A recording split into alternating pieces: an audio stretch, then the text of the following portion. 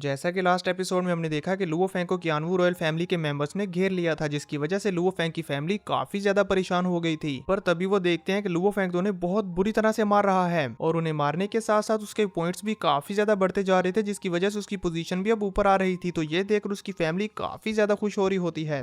अब आगे इस एपिसोड की स्टार्टिंग में हमें दिखाया जाता है कि लुओ फैंग अभी भी कियानवू रॉयल फैमिली के मेंबर्स को जान से मार रहा था। कुछ मेंबर्स लुओ फैंग के हाथों से बचकर भागने की कोशिश करते हैं, लेकिन लुओ फैंग उनका पीछा करते हुए अपने फ्लाइंग नाइफ्स का यूज करते हुए उन सभी को वहां पर जान से मार डालता है। वो सभी लोग जो भी मर रहे थे उनमें से एक बंदा कहता है, तुम्हारी हिम्मत कैसे हुई कियानवू रॉयल फैमिली पर हमला करने की। फैंग ने उन सभी को अपनी स्पिरिचुअल पावर से सप्रेस किया हुआ था। तभी उनमें से एक और बंदा फैंग से कहता है, मूची तुम्हें छोड़ेगा नहीं, वो जरूर तुम्हें किल करके हमारा बदला लेगा।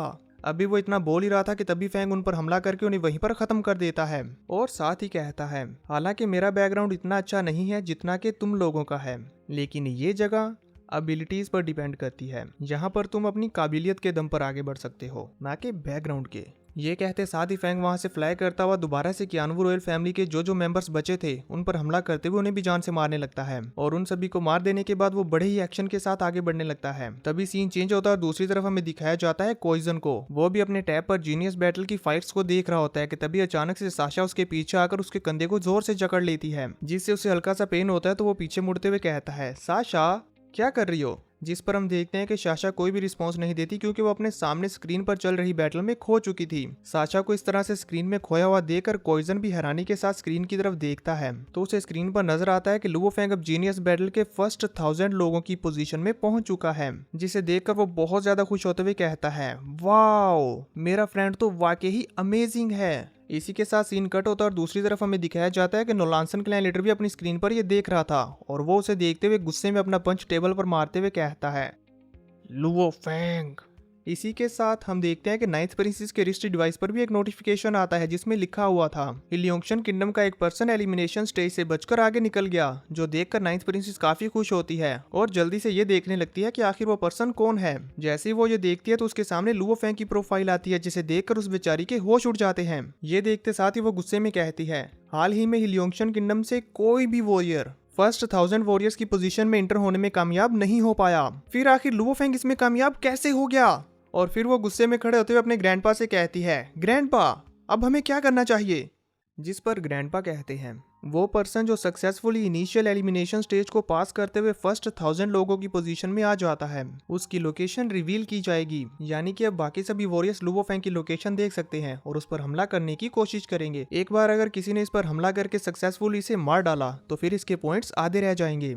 जहां तक मेरा अंदाजा है तो सबसे ज्यादा इम्कान इस बात के हैं कि ये दूसरे स्ट्रॉन्ग वॉरियर्स के हाथों मारा जाएगा। इसने कियानवू रॉयल फैमिली को ऑफेंड किया है, जिसकी वजह से अब इसका फ्यूचर आसान नहीं होने वाला और ये जीनियस बैटल इसके लिए बहुत ज्यादा टफ होगी। इसी वजह से मुझे नहीं लगता है कि ये सरवाइव कर पाएगा, ये जरूर मारा जाएगा। ग्रैंडपा की इस बात पर नाइन्थ प्रिंसेस को भी लगता है कि हाँ अब लुओ फैंग नहीं बच पाएगा, इसीलिए वो थोड़ी सी शांत हो गई थी। जबकि दूसरी तरफ हम देखते हैं जीनियस बैटल का सीन, जहां पर कुछ वॉरियर्स के ऊपर हमला हो रहा होता है और वो कहते हैं, मुच्ची आ चुका है, जल्दी भागो यहाँ से। ये कहते हुए वहां पर जो भी बचे कुछ वॉरियर्स थे वो तेजी से अपनी जान बचाकर भागने लगे थे और ये सभी के सभी बहुत ज्यादा घबराए भी होते हैं। जबकि हम देखते हैं कि वो वॉरियर जिसका नाम मुच्ची है वो वहां पर आकर वॉरियर्स को पकड़ पकड़ कर जान से मार रहा था। इसका एक एक हमला इतना ज्यादा पावरफुल होता है कि ये वॉरियर के साथ साथ पूरी की पूरी आसपास की सारी बिल्डिंग्स को भी डिस्ट्रॉय कर देता है। मुची जब अपने आसपास मौजूद सभी वॉरियर्स को मार डालता है तो अपना अगला शिकार रोकने के लिए मैप देखने लगता है और इसी बीच हमें इसका इंट्रोडक्शन भी दिया जाता है कि आखिर ये मुची है कौन और ये दिखता कैसा है। अब वो अपने रिस्ट डिवाइस में अपने अगले शिकार को ढूंढने लगता है, जिसमें उसे लुओ फैंग की लोकेशन नजर आती है, जो कि इस वक्त इसके सबसे ज्यादा करीब था। इसलिए वो अपने वेपन को रेडी करते हुए लुओ फैंग का शिकार करने के लिए निकल पड़ता है। इसी के साथ व्यू चेंज होता और हम देखते हैं लीडर होंग को, जो कि अभी एक वॉरियर के साथ फाइट कर रहे थे और ये वॉरियर बहुत ही ज्यादा खूंखार थी। इन दोनों की ये कॉम्बैट फाइट इतनी ज्यादा टेरिफाइंग हो रही होती है कि ये अपने आसपास की बिल्डिंग्स को बहुत ज्यादा तेजी के साथ डिस्ट्रॉय करते जा रहे थे और इनके अंदर से जो ओरा रिलीज हो रहा था वो भी बहुत डेडली होता है। वो वॉरियर जब अपने कॉम्बैट स्किल्स के साथ लीडर होंग को नहीं हरा पा रही थी तो वो अपनी एक टेक्निक को यूज करती है, जिसकी वजह से लीडर होंग के ऊपर बहुत ज्यादा ग्रेविटी का प्रेशर पड़ता है, जिसकी वजह से वो खुद को संभाल नहीं पाते और नीचे आकर बिल्डिंग के साथ टकराते हैं। लेकिन फिर भी वो वॉरियर अपना ग्रेविटी का प्रेशर कम नहीं करती बल्कि उसे और भी ज्यादा बढ़ा देती है, जिसकी वजह से लीडर होंग के लिए उसके अटैक के सामने टिक पाना बहुत ही ज्यादा मुश्किल हो रहा था। तभी लीडर होंग अपनी डोमेन को एक्टिवेट करते हैं और जैसे उनकी डोमेन एक्टिवेट होती है तो इस वॉरियर के साथ साथ उसकी सारी की सारी टेक्निक फेल हो गई थी। वो अपनी इसी डोमेन में उस वॉरियर के ऊपर एक जोरदार स्लैश अटैक करते हैं और ये स्लैश अटैक कितना ज्यादा खतरनाक था वो आप स्क्रीन पर देख ही सकते हैं। इसी के साथ फिर से इन दोनों के बीच में हवा में ही कॉम्बैट फाइट होने लगती है और ये फाइट भी बिजली की तेजी के साथ हो रही थी। ये दोनों वॉरियर्स स्ट्रेंथ और पावर के मामले में एकदम टक्कर के होते हैं जिसकी वजह से ये एक दूसरे को हरा नहीं पा रहे थे। तो वो वॉरियर जो लीडर होंग के साथ फाइट कर रही है वो लीडर होंग को हराने के लिए अपनी डोमेन को एक्टिवेट करती है, जो देखकर लीडर होंग ने भी फौरन अपनी डोमेन को एक्टिवेट कर लिया था और इन दोनों की डोमेन एक दूसरे के साथ टकराती हैं, जिन दोनों के टकराने की वजह से बहुत ही ज्यादा जबरदस्त शॉक वेव्स निकल रही थी। पर इन दोनों में से कोई भी हार मानने को तैयार नहीं था। इसी वजह से ये दोनों अपनी अपनी डोमेन्स के अंदर ही अपने हमलों को रेडी करते हुए एक दूसरे के ऊपर हमला करने के लिए आगे बढ़ जाते हैं। इन दोनों के ये हमले जब एक दूसरे के साथ टकराते हैं तो वहां पर एक बहुत बड़ा ब्लास्ट होता है जिसकी वजह से तकरीबन बहुत सारा विजुअल यूनिवर्स डिस्ट्रॉय हो गया था। अब हमें इस धमाके के थोड़ी देर बाद का सीन दिखाया जाता है जहां पर हम देखते हैं कि उस दूसरी वॉरियर का भाला लीडर होंग की बॉडी के अंदर धंसा हुआ है। ये देखकर वो वॉरियर मुस्कुराती है। अब इससे पहले कि वो खुश हो ही पाती कि तभी उसे पता चलता है कि ये तो असल में लीडर होंग का क्रिएट किया हुआ एक इल्यूजन है, पर असल में तो उसका वेपन लीडर होंग की बॉडी के साथ टकराया ही नहीं बल्कि लीडर होंग का वेपन इसकी बॉडी में धंसा हुआ है। जैसे उसे ये फील होता है तो वो एक जोरदार चीख के साथ वहीं पर मारी गई थी। लीडर होंग के इस बैटल को विन कर लेने के साथ ही सीन चेंज होता है और दूसरी तरफ हमें दिखाया जाता है लुओ फेंग को, जो कि बड़ी तेजी के साथ किसी से बचकर भाग रहा था। तभी हम देखते हैं कि लुओ फेंग के पीछे तो कई सारे वॉरियर्स हैं जो उस पर लगातार हमला किए जा रहे हैं। फेंग उन सभी के हमलों से बचते हुए अचानक से पीछे की तरफ टर्न लेता है और अपने बहुत सारे फ्लाइंग नाइफ्स को यूज करते हुए उन सभी के सभी वॉरियर्स को एक ही बार में मार डालता है। यानी कि दोस्तों फेंग जानबूझकर इन लोगों को एक जगह पर इकट्ठा कर रहा था कि जैसे ये सभी मिलकर मेरा पीछा करेंगे तो मैं इन्हें अपने एक ही हमले में मार डालूंगा, और वो इसमें सक्सेसफुल भी रहा। अब इसके बाद लुओ फेंग वहां से तेजी के साथ फ्लाई करते हुए अपने लिए एक छुपने की जगह ढूंढता है और वहां पर छुपने के बाद देखने लगता है कि अभी मेरे आसपास कौन है और मेरा नेक्स्ट टारगेट कौन होगा। वो अभी ये देख ही रहा होता है कि तभी अचानक से उसके ऊपर दोबारा से हमले होने शुरू हो गए थे। फेंग बड़ी तेजी के साथ उनके इन हमलों से बचता है, लेकिन ये वॉरियर भी बड़ी तेजी के साथ उसे चारों तरफ से घेरते हुए उस पर दोबारा से अटैक करते हैं, जिस पर फेंग तेजी के साथ ऊपर की तरफ फ्लाई करके निकल गया था और इन चारों के हमले एक दूसरे वॉरियर को लगकर ही उन्हें मार डालते हैं। पर जो बाकी बचे वॉरियर थे वो इस बात का जरा सा भी अफसोस ना करते हुए फौरन से फेंग का पीछा करते हुए उस पर दोबारा से हमला करने के लिए निकल पड़े थे, जिस पर फेंग ने उन्हें बड़ी आसानी के साथ अपनी फिश स्वॉर्ड और स्पिरिचुअल पावर को यूज करते हुए खत्म कर दिया था। और ये सारा काम बड़ी तेजी के साथ हो रहा होता है। उन सभी को मारने के बाद जैसे फेंग अभी नीचे आकर सुकून का सांस लेता है तो उसे फील होता है कि यहाँ पर एक वॉरियर अभी बच गया है जो सामान के नीचे दबा हुआ है। इसी वजह से वो अपने स्पिरिचुअल पावर से उस वॉरियर के ऊपर से बॉक्सेस को हटाता है और अपनी फिश स्वॉर्ड को उसके सीने में धंसाते हुए उसे भी वहां पर मार डालता है। और फिर इससे पहले कि उसके ऊपर दोबारा से हमला हो वो तेजी के साथ वहां से निकल जाता है और रास्ते में जाते हुए अपने मन में सोचता है, अभी मैं थोड़ी देर पहले ही फर्स्ट 1000 वॉरियर्स की लिस्ट में आया हूँ और ये मुझ पर 12वां हमला हो रहा है। मेरी लोकेशन रिवील होने की वजह से आसपास मौजूद सभी वॉरियर्स मुझे ही टारगेट कर रहे हैं, इसीलिए मुझे और भी ज्यादा अलर्ट रहना होगा। फेंग भी इतना सोच रहा था कि तभी उसके सामने एक विंडो ओपन होती है और उसे बताया जाता है एक वॉरियर जिसका नाम मूची है और उसकी पोजीशन 296 है, वो आपका पीछा कर रहा है।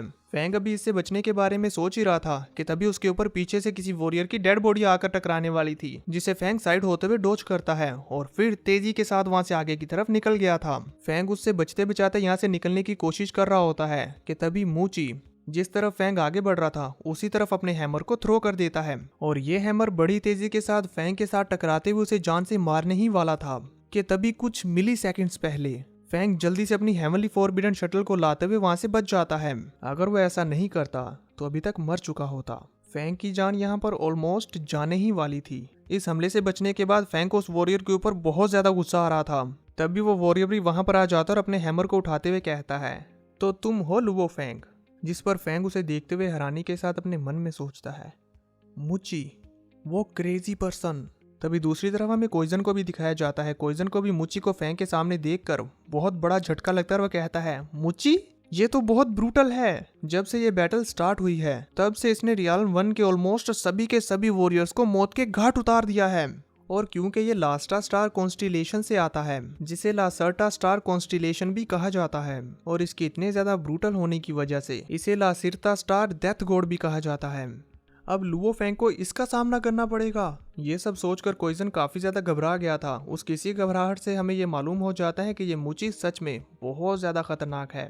तभी दूसरी तरफ हम देखते हैं ग्रैंडपा हारग्रेव को, जो मुची को फैंग के सामने देखकर कहते हैं ये मुची क्लैन अंकारो से है, जिस क्लैन के सभी मेंबर्स बड़े होते होते ऑटोमेटिकली यूनिवर्स लेवल तक पहुंच जाते हैं। इस क्लैन के सभी मेंबर्स में से कोई पर्सन भी कमजोर नहीं है। इसी वजह से कोई ताज्जुब की बात नहीं कि इसने कियानवू रॉयल फैमिली की अटेंशन को हासिल किया।